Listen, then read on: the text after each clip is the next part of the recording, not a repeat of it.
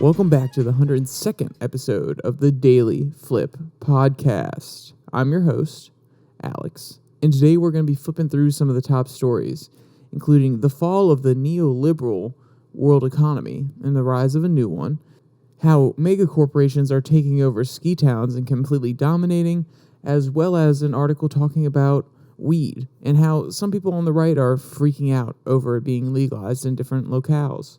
And of course, we'll end today with our daily delight, a story meant to leave you feeling positive and ready to take on the day. Now, that's enough rambling from me. Let's jump into our daily debate. So, I have been trying to read a little bit more frequently. Haven't been doing the best job, but I've been trying. And I was really curious. I've read some Russian authors, German authors. Of course, at college, you're exposed to a whole bunch of different authors. My question to you is, what society, what country is best at writing? Is it the English? Is it the USA, the Germans? Is it the Chinese? Or are there other authors that I'm not necessarily exposed to? I know the Russians have a deep literature culture as well. So throw that down in the comment section. Tell me which one you think is the best. And if you would like to, tell me why. I'm curious. Maybe I can expand the reading list a little bit. Maybe you can give a recommendation to some other people who may need some reading as well. All right, let's jump into our first story, which comes from Alternet, the emerging new world economy. Now, of course, a lot of people have used the term, it's the new world order over the last few years. There's a new emerging economy, and it kind of sends a shiver down some people's spines. They step back and they say, whoa, what do you mean? You're getting rid of my system that's allowed me to prosper, that's allowed me to have so many opportunities, that's allowed America to be on top, the hegemon of the world over the last 20 years. What do you mean, new world order? Hold on, stop. We can't be talking about that. I don't want things to change. I want it to stay how it is. And there's a lot of resistance that comes with these sort of terms. And of course, I don't necessarily like the terms as they are. When I first read it, I did have a little bit of that spine shiver. But this author's actually trying to highlight how things are changing and how we can either go along with it or how we can push back. And the fact that it actually is a natural process, that this neoliberal globalization, the previous world order, this is actually part and parcel. We see that capitalism allows certain economies to rise, then they start going to other countries where it's a little bit cheaper to produce some of their goods, and then those countries start to rise. And this is completely natural because at the end of the day, look at the UK, then America, and China. The UK was the world empire for a long time, but they noticed at home it was extremely hard to get good prices for labor because people were becoming more educated. Their standards of living were a little bit higher, so they needed some more money to survive. So what did the empire start doing? Exporting some of its manufacturing to the colonies, which, were a little bit cheaper. But as they started losing colonial power, they started exporting to other countries like the U.S., and these economies emerged, very industrialized, really cheap labor. And then when the U.S. rose to power and they started realizing, oh, wow, it's getting expensive. I understand what you were dealing with, Britain. I understand. Our people, they have a little bit higher costs of living. They want some more wages. They're unionized now. They're pushing back. So where can the companies in the U.S. now go in order to produce their products in a cheap manner? Oh, well, look at China. China just opened up their borders. They're allowing some investment. They're allowing a little bit of capitalism. Let's go there and make them the next large producer with cheap labor. And you see how this process continues and continues and continues. So if you're an American right now, you kind of have to accept that. You kind of have to say, okay, yeah, we have seen this pattern before, and it's going to happen to China and India too. They're going to grow in power, and then they're going to start exporting their manufacturing to less fortunate countries or countries that are growing rapidly and have a lot of cheap labor. So this needs to be accepted is basically what the author is getting at. But let me use his words to describe what's going on here. I think I gave a good summary, but he can go a little bit more in depth than I can. Quote, first, the neoliberal globalizing paradigm is now the old. Economic nationalism is now the new. It's another reversal of the previous position, driven by its celebrated profit motive. Capitalism is in its old centers, Western Europe, Northern America, and Japan, invested increasingly elsewhere, where labor power was far cheaper. Markets were growing faster, ecological constraints were weak or absent, and the governments better facilitated rapid accumulation of capital. So let's pause there. What they're saying is they're exporting to these other countries where they don't necessarily have as many industrial regulations. They don't necessarily care about the ecology of their country as much. And this is something we see as you rise up the tax bracket, as you're not so concerned with growing and establishing your power, and your population is just trying to survive. They don't necessarily have time to worry about the bigger things. But in a Western nation like the U.S., you see a lot of young people worried about the climate. And this is because no longer are they starving or fighting to survive. They have a lot of time on their hands. So they're able to pick up things that they think are very important to not just the world, but them as well. They're able to pick up hobbies. They're able to pick up activism. So you can see that with this great power and accumulated wealth that comes from being the manufacturing hub, you start to become a little bit more conscious and you start to think a little bit more long term. Countries, rather than destroying their forests and polluting their air and hurting their population, start to say, well, okay, we have financial means now. We're not just trying to survive as a nation. We're not just trying to get on to the stage to be a world player. We want to survive. We want to last. So let's take on some of these policies that, may seem a little bit restrictive, but they're going to help in the long term. Or at least that's the thought process behind it. Quote, these investments brought back big profits into the capitalists' old centers, whose stock markets boomed, and thus their income and wealth inequalities widened, since the richest American owns the great bulk of securities. Even faster was the economic growth unleashed after the 1960s in what quickly became capitalism's new centers, China, India, and Brazil. The growth was further enhanced by the arrival of capital relocated from the old centers. Capitalism's dynamic had earlier moved its production centers from England to the European continent, then to North America and Japan. The same profit-driven dynamic took it to mainland Asia and beyond during the end of the 20th and the beginning of the 21st century, end quote. So, like I said, he's setting up here the shifting centers of production. And if I'm to make a guess here, it's probably going to move out of Asia into Africa next. We're seeing a lot of these countries going through reforms. They've had a lot of countries in Africa, not all of them, have had enough time to reestablish national identities. I mean, a lot of these African nations weren't actually formed until the 20th century. So they're been a little bit slow to actually stabilize, but as they're doing so, they're starting to have larger populations, and China has been making lots of inroads in Africa, and I think that's because they realize this same thing will happen. They're going to have to find a place to export their manufacturing processes, and Africa is going to have the next big boom, and maybe some other places in South America. And obviously, if you're listening, you're probably thinking, well, Alex, of course, that's obvious. If you know what's going on, you know about the growing power of the global South. But if I had to make a very quick prediction, it would be Africa is going to be coming next. So we've talked about the old world order, but what is happening, or what has allowed this old world order to really stay in power? And then we'll talk about what the future world order is. So there's a few downsides to world globalization, and this is what's happened because we have adopted this neoliberal globalized world order. Quote, it, by the way, they're talking about neoliberal globalization, downplayed or ignored the other sides of globalization. One, growing income and wealth inequalities inside most countries. Two, the shift of production from old to new centers of capitalism. And three, faster growth of output and markets in new centers than old centers. These changes shook the old center societies.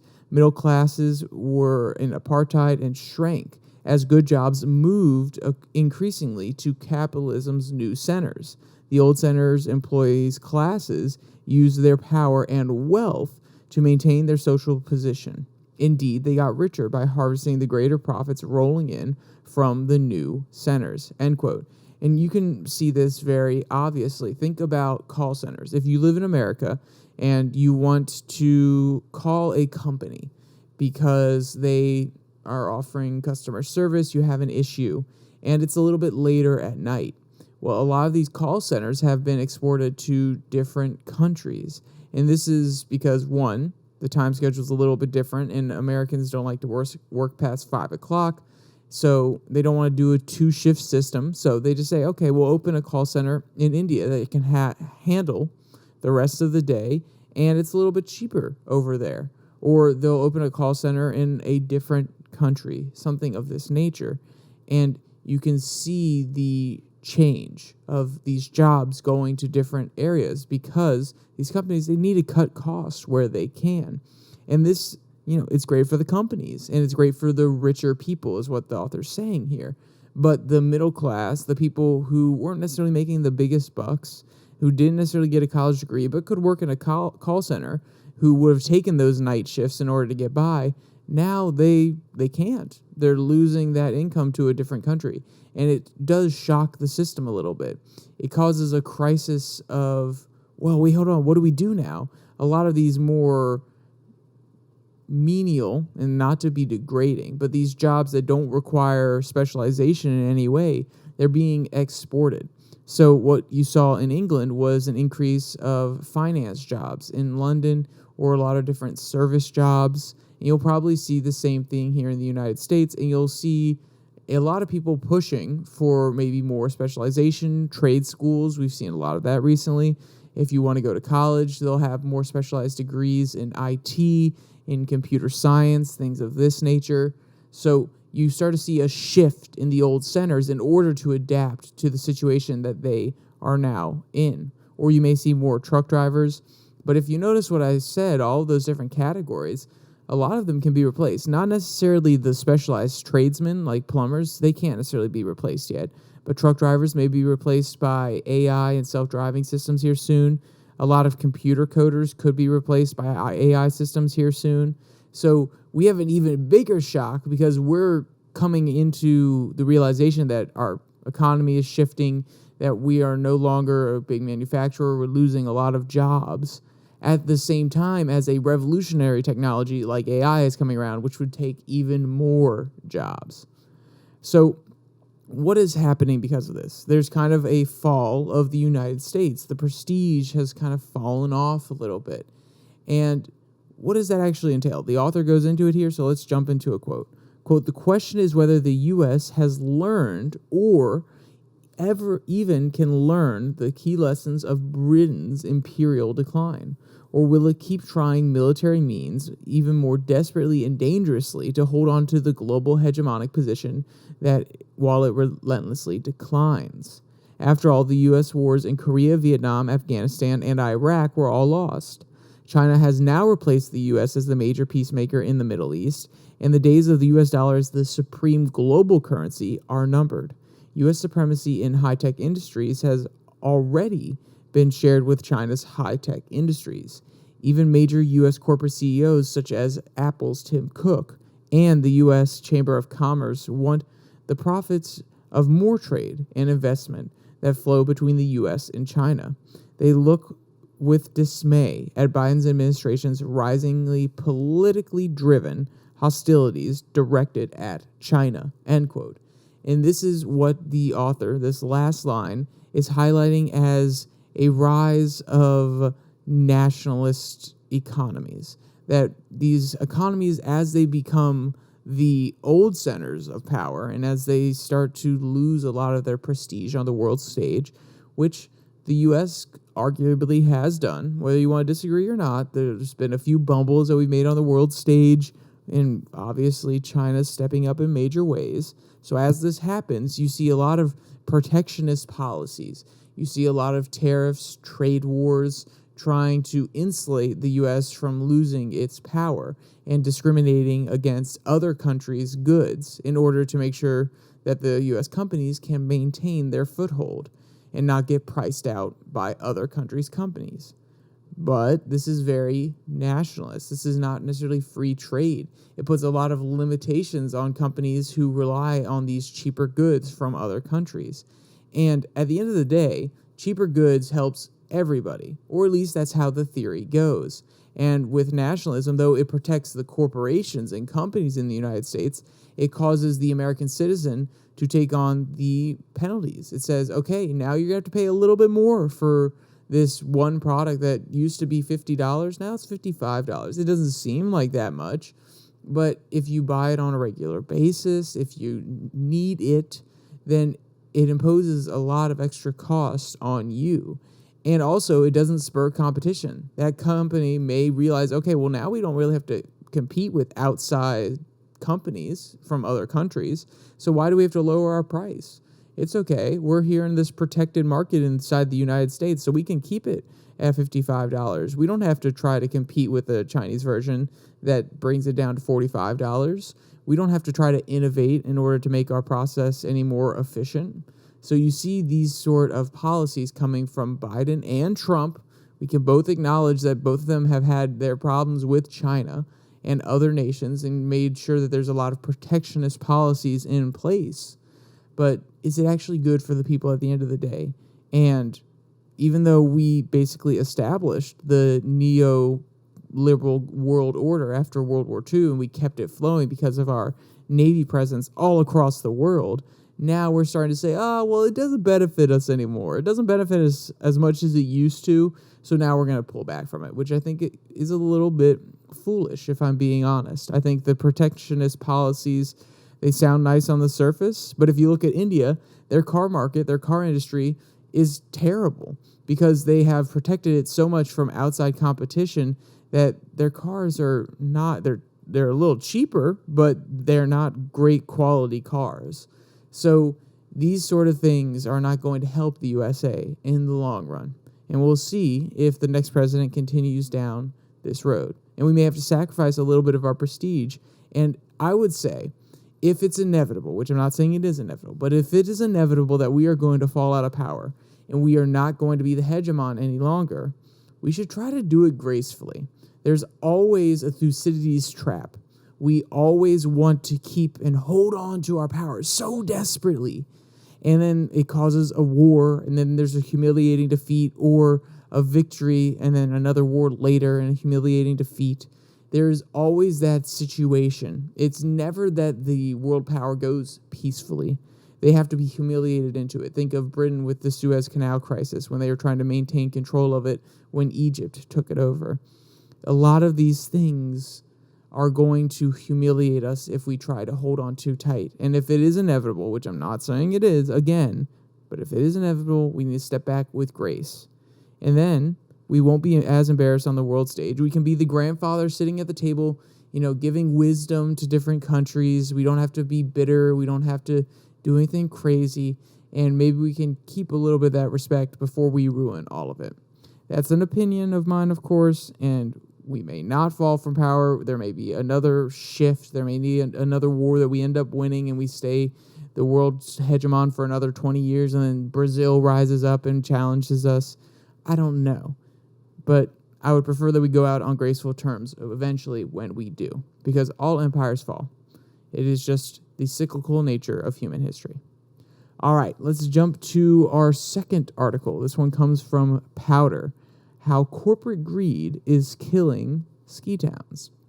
So there's a little bit of background that some people are going to need here. I am a skier. I was a ski instructor for about 6 years. So this topic is at least familiar to me, but I realize not everybody is in that exact same position. So the background, quote, large swaths of the skiing community are professional haters of anything corporate. It just comes with the territory. However, while not necessarily misguided, much of this vitriol is unfocused, boiled down to oversimplified statements such as Vail sucks or Altera ruined my local hill. If you're always wondering the actual how and why of what ski resort conglomerates are doing to ski towns, look no further, end quote. And yeah, there is a kind of a corporate pushback. I would say, and this is probably not a great analogy or a great comparison, because I don't know many surfers, but the ski slopes, the skiers, they're kind of the surfers of the mountain. They have that same mentality, or at least this new generation has that same mentality, which is, don't mess with my hill. I want to come out here, have a good time, relax. I'm going to do my thing. You don't necessarily get in my way. I want to talk with Ronnie. I want to talk with Larissa down at the resort. And I just want to have a good time. And this, not necessarily hatred, but a disdain for the overly corporate growing size of some of these conglomerates that are taking over a lot of ski resorts across the United States and even in other countries. One of them is actually mentioned as Australia. There's a disdain that boils underneath the surface, and they're kind of hoping that they don't have their local hill taken over. So there's been a shift. Now let's talk about what Vail has actually done and how it's taken advantage of a changing ski economy. Quote, I wasn't completely aware of Vail's vertical integration model, wherein the conglomerate purchases every point of sale in the ski town, from rentals to restaurants to real estate. This way, they get a slice of every dollar spent when folks come and ski their resorts. And maybe this is a bit more of a hot take, is the part that Vail and Altera, the two primary resort conglomerates in the U.S., business models revolve around weathering climate change, end quote. So what they mean by weathering climate change is, obviously, we're dealing with a changing climate. We know this. Great. How are they dealing with it? Well, some years the East Coast gets a little bit more snow. They have a higher amount of people coming into their resorts and spending money. And sometimes the West Coast, normally the West Coast and the Midwest, they get a lot more snow and they have a lot more people coming to their resorts. So by having their business spread out across the entire country, the profits from one region can offset the losses from another. And this is especially true when you have ski slopes and ski resorts in other countries like Australia. I wouldn't be surprised if they don't own at least a few small ones in Europe, even though those are probably part of a few conglomerates. But you offset these losses and you have a little bit more gain from some of these other locales. So you don't necessarily have to run all of them at the top of the top amount of profit. You can take a little bit of losses from your East Coast resorts while your West Coast resorts are doing really, really well. So this insulates them from bad seasons, which is a great business model. If you're a person listening, you're like, oh yeah, this is great diversification. They obviously thought this through. They're not just sticking to one locale, because at the end of the day, skiers are still skiers, even if they're East Coast or West Coast skiers. The only thing that really changes is the ski conditions. And then since they own every single piece of the resort, from rentals, and when they say rentals, they don't necessarily mean renting houses, even though they do own a lot of condos and they rent them out through a subsidiary company. They're talking about ski rentals. So on the East Coast, you're probably going to need a little bit of a straighter ski, not necessarily as fat because you're dealing with more ice. When you go out west, you're going to deal with a little bit more of your powder skis. So all you have to do is change the inventory. But at the end of the day, you're basically running the same model. We have a rental service. We offer rentals to our customers. We have a day pass. We have a few different restaurants on the resort, or just one restaurant at the bottom, so we own that. And then we own a few rental companies or real estate companies, so we rent out the houses. We've maybe put them on Airbnb. So you can see how they have built out their systems so that anything that goes on in the resort, for the most part, they get money. Now, obviously, there are independent house owners who are renting out parts of their house or their entire house. You obviously have local residents who work in some of these locations. But at the end of the day, a lot of these workers, they're either facing low wages because they're seasonal workers who just come in during the good winter season or the sparse summer season to work in these areas, or they're low-paid locals who can't necessarily afford the cost of living and have been pushed out. And this is why these conglomerates are not amazing, because they come into these towns that were thriving based on a ski resort being opened there. They were making money. There were new jobs, new restaurants, new shops, things of this nature. And they were able to thrive based on the fact that the ski resort was doing well. But now the ski resort is saying, well, we need to go beyond the slopes themselves. We need to actually control everything around us. So we get a little bit of money from that. We can actually integrate some of the experiences for our customers so they can go to our restaurants in town and get a little bit of a bonus or a discount. They can come to our hotels and get a few points, or maybe if they have an Epic Pass, they get a discount on some of the other services. So, of course, as a business, it makes sense. We want to have different revenue streams, be diversified, so we get money from the mom who doesn't even go skiing and just wants to relax and stay on the side of the slopes all day. But also, we want to make sure our customers have all the amenities that they need. But then it strips the local economy of all of their businesses, restaurants, services that they've created over generations. And now a bigger player comes in with more money and can basically cut down the prices until they can get rid of that competition and then raise them back up when they're gone. So you can see how these conglomerates are not necessarily killing, but they're having a very negative effect on a lot of ski towns across the United States. And that's why you do see this pushback from a lot of skiers who say, well, that mom and pop shop that I used to go to for my rentals, or that mom and pop shop that I used to go to for groceries in town, they were able to offer a little bit of a lower cost, and I really enjoyed seeing Betty and Diane or Susie and Rob. I loved seeing them, but now they have to move away because they can't even afford to run a company, but they can't even afford to live there half the time. So you can see how this is a problem. And if you want to watch a video, so this article actually talks about a video by, I believe, Wendover Productions.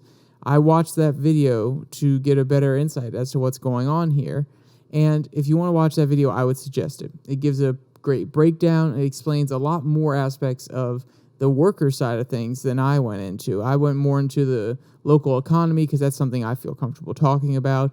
And the worker side is something that, I didn't necessarily have to deal with as a ski instructor. I was very fortunate that I was in a very small ski resort that's not taken over by a conglomerate. It's more volunteer your time where you can here and there kind of thing. Of course, you do get paid in certain situations, but they expect a lot of you to just volunteer, give back, just do whatever they want you to do because you're part of the community. And that's something beautiful about the ski resort I worked at. And I feel like that's a little bit lost in some of these larger corporations, but I've never actually worked at one of them, so I didn't necessarily want to talk about that side of it as much. All right, so we'll move on from that article, and we'll go to our last one, and it's a pretty short article, so it'll be quick. It comes from the Daily Beast. Let's be blunt. Legal weed is driving right-wingers mad. And if you don't love this title, it has a few different plays. Obviously, let's be blunt, talking about blunts of weed, and it's driving right-wingers mad. This is an argument that right-wingers or conservatives have been making, that weed can actually drive you mad. There have been studies that show that it can cause different psychopathy, or if you have the predisposition to schizophrenia, you could have a mental break of some kind. The data does show this, and also there have been new reports that I've seen from some of the conservative commentators that I watch talking about how there's a psychological dependency, and actually it is that weed is addictive now. Now, did I look into the research myself? No, because I don't necessarily want to believe it, but also I don't necessarily care as much. Because at the end of the day, I think that you should be able to smoke what you want. You should be able to put what you want into your body. Yes, that goes for other drugs as well. I don't think that they're good. I think they're terrible for you. I would not encourage that type of behavior. But I'm not going to come in and say the government has to outright ban these products, because we've seen over years upon years of the drug war, when things go underground, they have to make them cheaper. So they cut them with different products, they synthesize them, versus if it was on a legal basis, then you can ensure that your drugs are not tainted. They have to go through a verification process, things of this nature. Now, of course, those views could change. Maybe, like a lot of conservatives say, once you have kids, you start to think about things a little bit differently. But I fall on the side of Kyle Kulinski for the most part on this one, which is, hey, let people put in their body what they want. So this Daily Beast article really starts to highlight some of the right-wingers who have been saying some things that they don't necessarily agree with.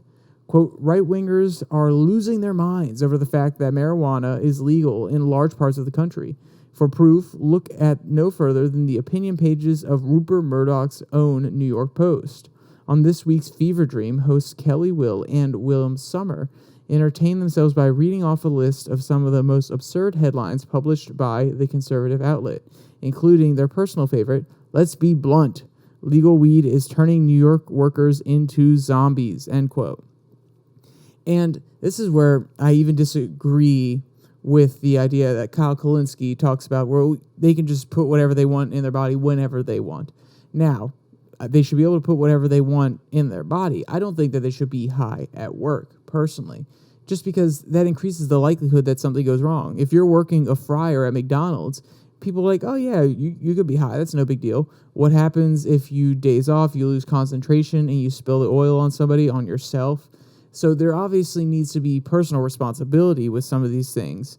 But that also falls into, you need to be personally responsible enough to acknowledge that people can take whatever drug they want. That it is their personal responsibility. They're taking on the risk if they're doing it at work.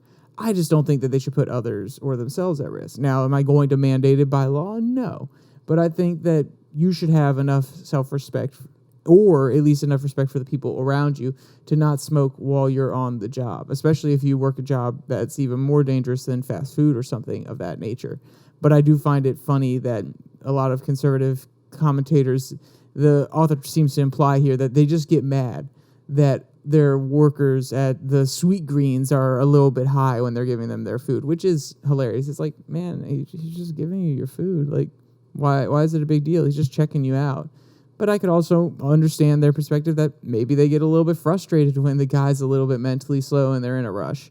So there's lots of different diverse opinions on this one. And at the end of the day, let people put in their body what they want. And if we make it legal and have an enforcement body that ensures the quality of certain things, I think that that's not necessarily a bad thing. But then again, there's also the aspect of it that I don't necessarily think there should be fentanyl on the streets. I don't think we should be encouraging people to use these drugs. I just think they should be allowed to use them if they're going to. And if they're going to use them, they should be doing it in a safe way.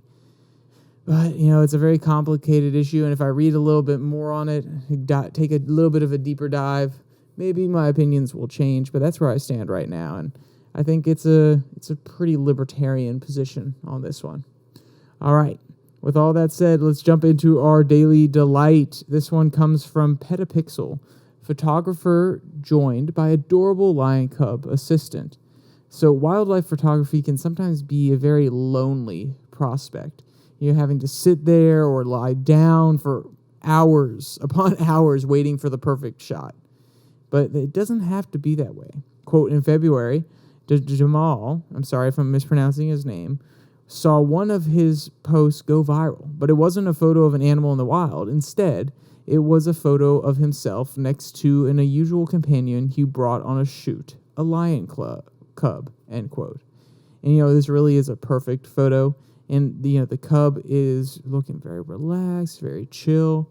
Quote, my nephew Fakal took the opportunity to take pictures and videos of us at this incredible moment. Seeing our position and us gazing together in the same direction, the public loved the photo, end quote. And if you want to see any of the cute photos or the video that comes with this article, or you want to read any of the other articles, there'll be a link in the description below that like and subscribe button. Also down there, you can find a link to the podcast on Spotify, Pocket Cast, Google Podcasts, Podvine, and the Twitter handle at your DailyFlip, where you can come and get the link directly to the YouTube video on Monday, Wednesday, Friday. With all that said, there's only one more thing to say. Stay safe. Don't die.